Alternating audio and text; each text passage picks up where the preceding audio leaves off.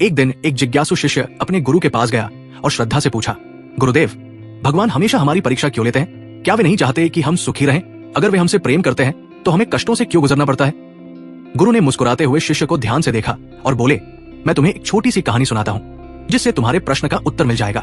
गुरु ने पास रखी मिट्टी की एक गांठ उठाई और बोले, मान लो मैं इस मिट्टी से एक सुंदर घड़ा बनाना चाहता हूँ। सबसे पहले मैं इसे अच्छे से गूंथूंगा, इसे बार बार दबाऊंगा ताकि ये मुलायम हो जाए और इसमें कोई दोष न रहे।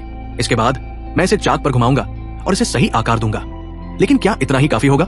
शिष्य ने सिर हिलाकर कहा, नहीं गुरुदेव, घड़े को मजबूत बनाने के लिए उसे आग में पकाना पड़ता है। गुरु मुस्कुराए और बोले, बिल्कुल सही। अगर मैं इस घड़े को आग में न डालूं तो ये कमजोर रहेगा और थोड़ी सी ठोकर से टूट जाएगा। लेकिन जब ये आग की तपिश सहकर बाहर निकलेगा तो ये इतना मजबूत हो जाएगा कि वर्षों तक चलेगा। ठीक उसी तरह भगवान भी हमें जीवन में कठिनाइयों की अग्नि से गुजारते हैं। वे हमें कमजोर नहीं बल्कि मजबूत बनाना चाहते हैं। वे हमें गूंथते हैं, यानी हमें संघर्षों और अनुभवों से सिखाते हैं। वे हमें आकार देते हैं, यानी हमें नई परिस्थितियों और चुनौतियों से सामना कराते हैं। और अंत में वे हमें कठिन परीक्षाओं की आग में डालते हैं ताकि हम आत्मविश्वास से भरे, मजबूत और परिपक्व बन सके।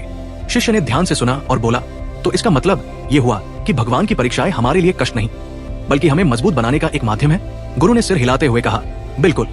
जब भी कोई परीक्षा या कठिनाई तुम्हारे जीवन में आए तो घबराने के बजाय इसे भगवान की योजना का एक हिस्सा समझो।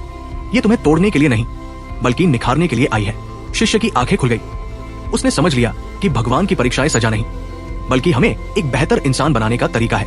उसने गुरु को प्रणाम किया और जीवन में आने वाली कठिनाइयों को अब एक नए दृष्टिकोण से देखने का संकल्प लिया।